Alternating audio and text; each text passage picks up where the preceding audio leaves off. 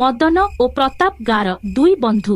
ଦୁଇ ଜଣ ବହୁଦିନ ଧରି ଏକା ସାଙ୍ଗରେ ଖାଇ ହସି ଦୁଃଖ ବାଣ୍ଟି ଆସୁଛନ୍ତି। ଏକ ଶୀତଳ ଶରତ ରାତିରେ ସେମାନେ ଘରର ଦୂରେ ରହିଥିବା ବିଲଠାରେ ଏକ ଗୁପ୍ତ କାମ ପାଇଁ ଯିବା ଯୋଜନା କଲେ। ପ୍ରତାପ କହିଲା, ମଦନ, ରାତି 3ଟାରେ ଡାକିବୁ, ଆମେ ବିଲକୁ ଯିବା। ଏହି କାମ ଅନ୍ଧାରେ ଶେଷ କରିଦେବା ଓ ଘରକୁ ଶୀଘ୍ର ଫେରି ଆସିବା।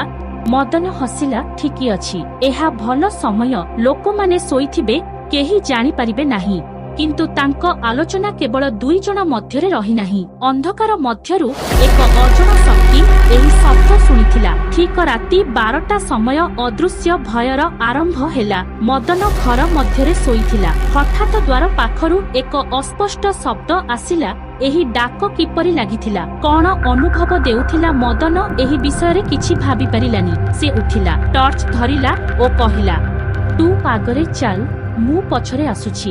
ଆଗରେ ଚାଲୁଥିଲା ଜଣେ, ଯାହାକୁ ସେ ପ୍ରତାପ ଭାବିଥିଲା। ଅନ୍ଧାର ଭିତରେ ତାର ଛାୟା ମାଟିରେ ଲମ୍ବା ଲମ୍ବା ବାଳ ଦେଖାଯାଉଥିଲା। ଚାରିପାଖ ଶୂନ୍ୟ, ଲୋକେ ଘର ବନ୍ଦ କରି ଶୋଇଥିଲେ। ଚାଲି ଚାଲି କିଛି ବାଟ ଗଲା ପରେ ମଦନ ଅସ୍ଥିର ହେଲା। ସେ ଚାରିପାଖ ଦେଖିଲା, ଏହି ପଥ ତାଙ୍କ ବିଲ୍ ପଥ ନୁହେଁ।